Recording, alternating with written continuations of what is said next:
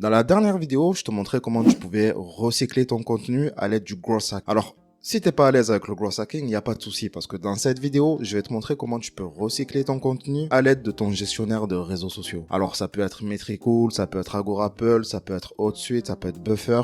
Dans cette vidéo, moi, je vais utiliser Metricool parce que c'est le nouveau outil que j'utilise, que je commence à apprécier et ce sera pour moi l'occasion de t'en parler un petit peu. Donc, installe-toi bien et si tu es bien installé, c'est parti. Pour pouvoir recycler mon contenu, j'ai besoin de voir ce que j'ai déjà publié par le passé. Donc ce que je vais faire, c'est commencer par faire une vue mensuelle pour voir tous les tweets que j'ai programmés. Ensuite, je vais aller sur le mois de février, même je peux aller sur le mois de janvier. Hop là, janvier. Bon bah janvier, il n'y a rien, ce qui est normal, c'est parce que j'utilisais pas encore Metricool, mais voilà, je vais aller sur le mois de février. Sur le mois de février, là, vous pouvez voir que j'ai tweeté pas mal de fois.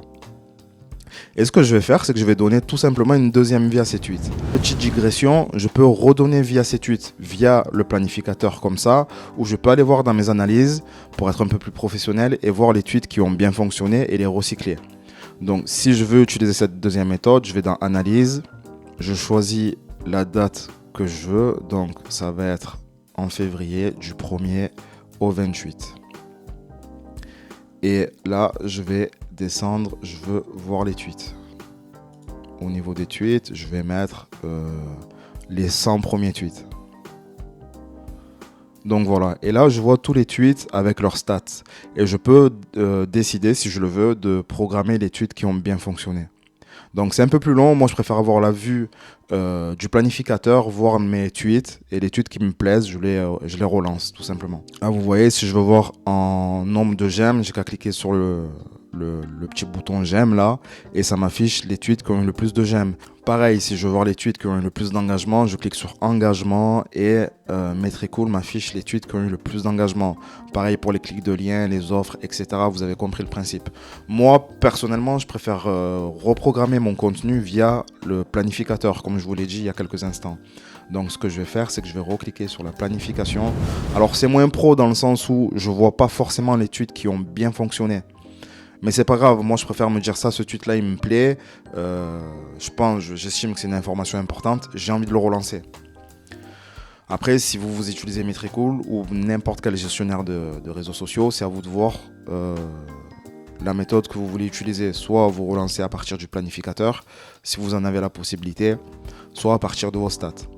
Je vais le faire avec vous pour 1 ou 2 tweets. Après, je vais accélérer la vidéo pour programmer mon contenu. Et on se retrouvera à la fin et vous verrez mon calendrier de contenu. Voilà mon calendrier actuellement. On est bien le jeudi 20 au moment où je tourne cette vidéo et il est vide. Alors, je ne vais pas programmer les tweets jusqu'à la fin du mois. Je vais juste programmer pour une semaine au minimum.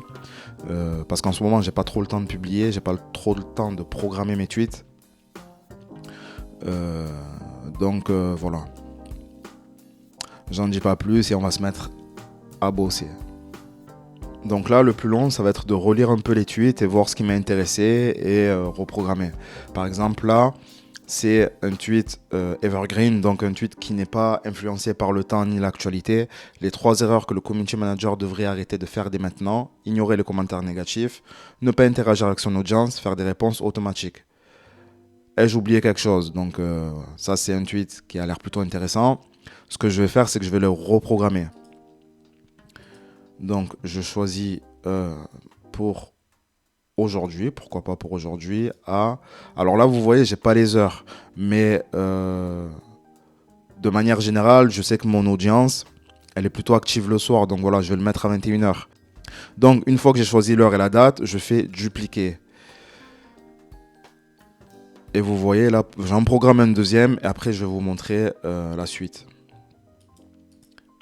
Donc là, vous voyez, c'est ce qu'on appelle un fil Twitter, un thread, si on veut vraiment parler anglais avec la manière et la méthode, on dit un thread. Mais moi, j'aime bien dire un thread. Donc un thread, c'est la liste, c'est une série de tweets dans le même tweet, si vous préférez. Donc là, ce tweet concerne les touches rapides de Canva, c'est un truc assez sympa. Pas tout le monde utilise les touches rapides, les touches clavier. C'est un tweet que je trouve intéressant et je vais le reprogrammer. Donc là, pareil, je sélectionne la date. On est en avril, on est le 20 avril. Je le mets à 19h30 par exemple. Et je clique sur dupliquer. Donc là, vous voyez, en même pas 2 minutes, j'ai déjà créé 2 tweets, dont un thread. On retourne sur la semaine. Aujourd'hui, on est le jeudi 20 et vous voyez là, je peux réarranger mes tweets. Par exemple, là, bon, aujourd'hui, comme vous voyez, c'est pas très intéressant de tweeter, mais bon, c'est pas grave. Pour la vidéo, je le laisse pour aujourd'hui.